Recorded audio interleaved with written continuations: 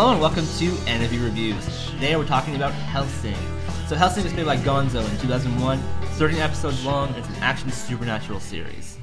Alright, so Hellsing follows the story of Hellsing, an organization created long ago by Abraham Van Helsing. Its primary mission is to protect Queen and country from supernatural evils. It is led by Integra Hellsing, who has Alucard by her side, the original and most powerful vampire. The story follows Alucard and his newest turned vampire, Cerys Victoria, as they fight the forces of supernatural evil. Hellsing for me has this sort of special place in my heart. When I first started watching anime, this was one of my 6 or 7 breakout series. And for that reason, it'll always be somewhat important to me just for that. However, over the course of 7 years and watching anime over 7 years, looking back at it, it wasn't as good as I originally thought it was, I guess I'll say. Yeah, I'll certainly say that Alucard is an interesting and badass character. I can give the series that. However, for almost every other department in the series, I felt that it just wasted its potential. It had so much interesting things it could have done, but never really did. Okay, so regards to animation, despite being made in 2001, it feels highly dated when compared to anime of today's standard, I find. That being said, the sort of style that it gives off is quite good, and it does a great job of giving you this darker tone version of London. The characters, I found, are also another great example of this style. So, while it's fairly dated in its animation, it still looks fairly good. For the sound department, personally, I didn't really love the opening or ending songs to the series. However, I can agree that the opening song does have a mood setting that actually works for the beginning of this series. Overall, the soundtrack, while I don't remember it too well, I don't remember it being anything stellar, so I wouldn't say that you're going to go out and buy the soundtrack for this series. Coming to story, Hellsing is more or less split into 2 defining arcs. The first arc serves as an intro to the characters, intro to the sort of world of Hellsing, and for better or worse, I found it was the better half of the series. It is also the more action-oriented part of the series in general, which may have something to do with the sort of why it's better than the second half. For me, the first half really follows Alucard and his insane power. That's what they're really trying to show off, and they show off Monster of the Week sort of style to it. He fights a lot of different people, and I found that mildly interesting. At least it was cool to see what he was doing. Mm-hmm. On the other side of that, the other thing they were trying to do was show Cerys' storyline. So Cerys has recently become a vampire, and she's struggling with what it means to be a vampire and how her life is going to change in the future.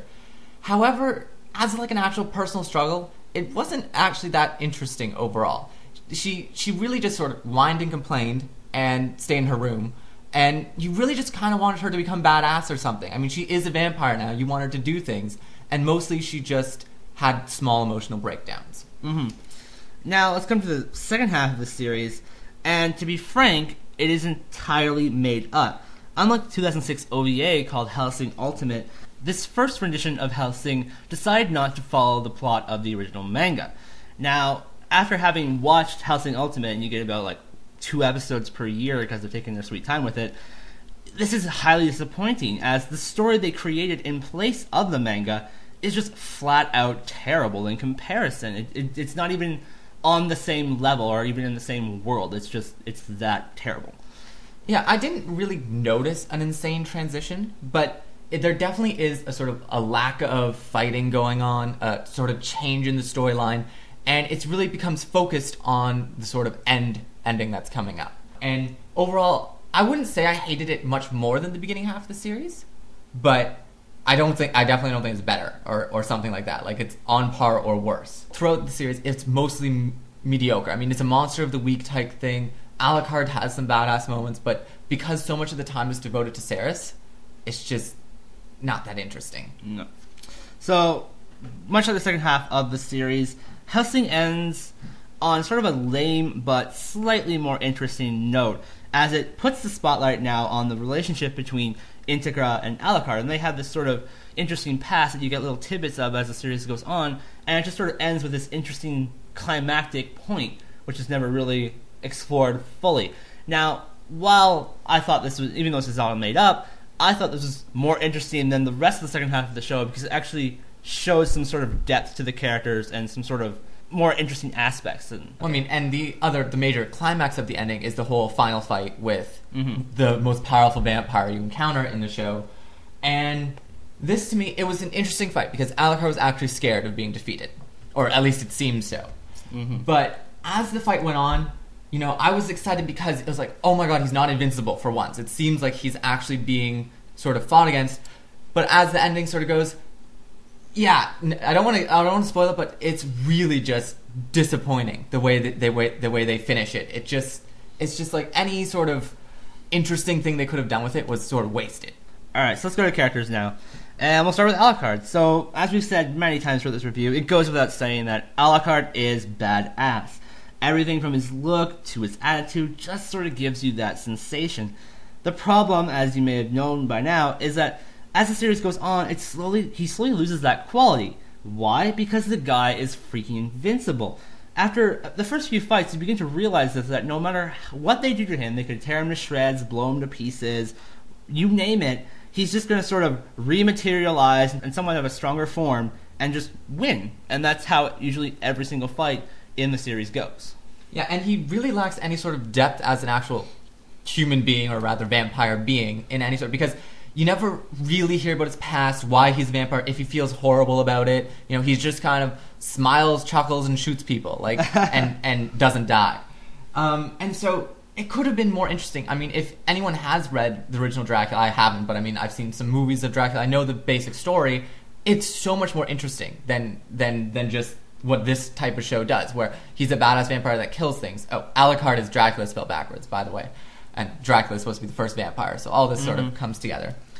But in this, he really just lacks any sort of depth vampire characters could have. In classical literature, they always have sort of, what's it mean to be immortal? I hate being alive forever. He has none of this. None of these qualities that could make it an interesting story. All right, our second main character is Ceres Victoria, and she, as we said, is a policewoman turned into a vampire.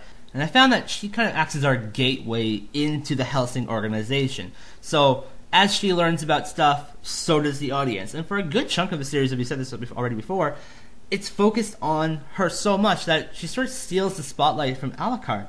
And the problem with that is that everything that they do with her isn't all that interesting. It's not really as developed or as strong as anything else that is in the series. Now, she does have her sort of action scene moments, but they're really not that strong. And when comparing this, I'm going to do this a lot, to the Hellsing Ultimate series, I just watched an episode recently where she had her sort of first big shiny moment fight. It's amazing. It's just so hardcore. She's so bad. She's as badass as Alucard in every sense of the word. And the role that they took her in this sort of original rendition is just sort of piss poor. It's very sad that they did this to this character. And I always thought she was this way, but now I see this Ultimate rendition, it's so much better, and I'm glad I watched the Ultimate rendition. Yeah, and while I was watching the series, I expected her to get some sort of crazy vampire powers, or at least get over her personal struggle in some way of being a vampire. It could have even been suicide or whatever. You know, she just doesn't want to be a vampire anymore. There's many ways you can take, you know, becoming a vampire, but they didn't really do anything. Like, they explicitly did nothing. Like, you get to the end of the series, and she still hasn't made many decisions about what it means to be a vampire or what she's going to do with her life now. There's just a lack of anything to do with her, even though a ton of screen time is devoted to her. Mm-hmm. So our final characters in this mix, you have Integra Hellsing, who is the leader of the organization. While I think she was an interesting character, they didn't really do too much with her in this sort of rendition, and she felt kind of lackluster by the end. And the other interesting character, one of my favorites, was Walter, who is sort of Integra's bodyguard, combat butler, more or less. And he has some pretty badass moments throughout the series, but still he wasn't as developed. You know, he's just a side character. So, what I will say about all the characters in Hellsing is that overall, I felt that I recognized their looks. Even though it's years ago that I watched the series, I still remember what they looked like. I still remember at least parts of their personality. And I think that's good. I think they had a memorable quality to them. So even though they weren't very deep as characters or very interesting, they at least leave an impression on you. So, I mean, I think that's part of the reason why a lot of people really enjoy this show. So what are you going to give Hellsing? I'm giving Hellsing 2 out of 5 stars. While I don't think that is as terrible as the series a lot of reviewers give it out there, it is nowhere near the shining jewel that a lot of people think it is. And I would recommend that anybody who wants to get into this series watch the Ultimate version because it's just purely better on all accounts. Yeah, I'm gonna give it 1.5 out of 5 stars. It is like I have to give it the same star rating that I've given a lot of ecchi series and stuff like that. And while it isn't as bad as those, I don't think this is a shining jewel of a series, and it's just the disappointment factor of knowing they had the potential and ruining it that really makes this series stand out as a bad rendition. So if you have any questions, comments, or requests, you can send them to aniview@hotmail.com or just drop us a line on our YouTube page. You can also check us out at aniviewreviews.com. So thanks for listening. And we'll see you next time.